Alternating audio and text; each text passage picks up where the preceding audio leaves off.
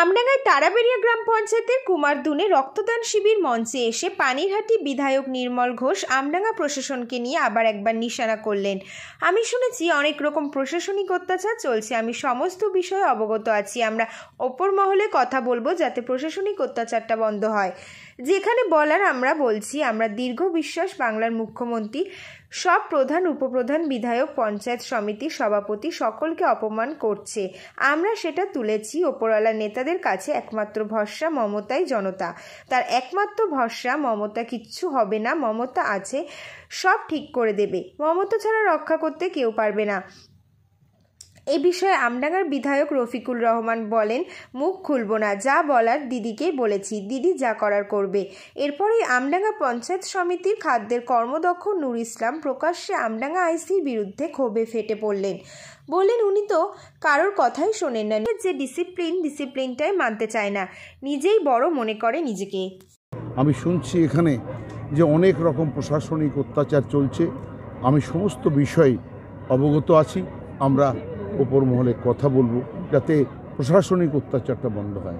নমস্কার। কিন্তু একজন জনপ্রতিনিধির নামে এইরকম ভাবে আমি শুনেছি সব, এটা যেখানে বলার আমরা বলেছি এবং আমার দৃঢ় বিশ্বাস বাংলার মুখ্যমন্ত্রী সব প্রধান উপপ্রধান এমএলএ পঞ্চায়েত সমিতি সভাপতি সকলকে অপমান করছে। অতএব আমরা সেটা তুলেছি আমার উপরওয়ালার নেত্রীর কাছে।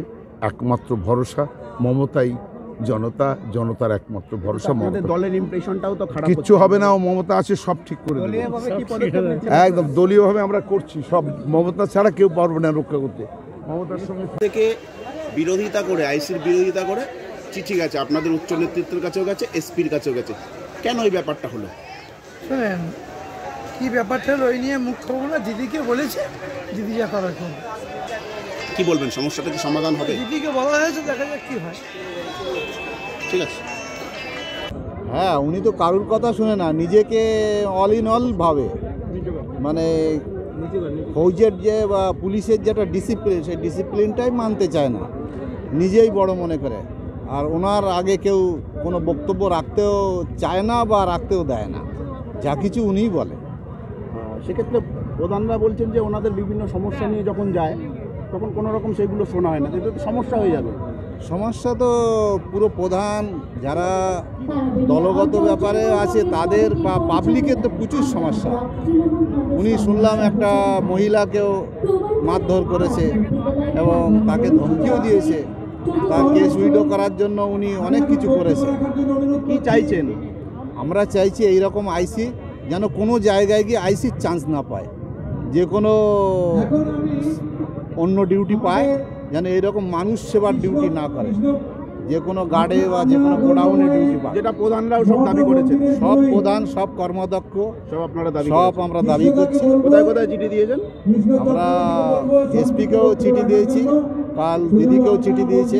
আমরা দিদির বাড়িতে গিয়েছিলাম, প্রায় 40-50 জন, সব এই লিখিত দিয়েছে। এরকম কি একটা অভিযোগ আছে যারা দল বিরোধী কাজ করে তাদের উনি প্রশ্রয় দেন বা তাদের বিভিন্ন সহযোগিতা করেন? উনি মোটামুটি যারা একটু উল্টো টাইপের সমাজ বিরোধী তাদের হেল্প করে। এই এলাকায় সাট্টা চলছে, গেঁজা মদ আফিম চলছে অবাধে। কেউ যদি সেটাকে প্রতিবাদ করে, উনি প্রতিবাদীকেই বিরোধিতা করছে, দুষ্কৃতীদের সাথ দিচ্ছে। এখন কি চাইছেন? আমরা চাইছি এইরকম আইসি 24 ঘন্টার মধ্যে আমডাঙ্গাতে অপারেশন হোক। সেটা চিঠিতে স্পষ্ট করে লেখা আছে? সেটা লেখা আছে। আপনার নাম? আমার নাম এমডি নূর ইসলাম, আমি খাদ্যের কর্মদক্ষ, আমডাঙ্গা পঞ্চায়েত সমিতি।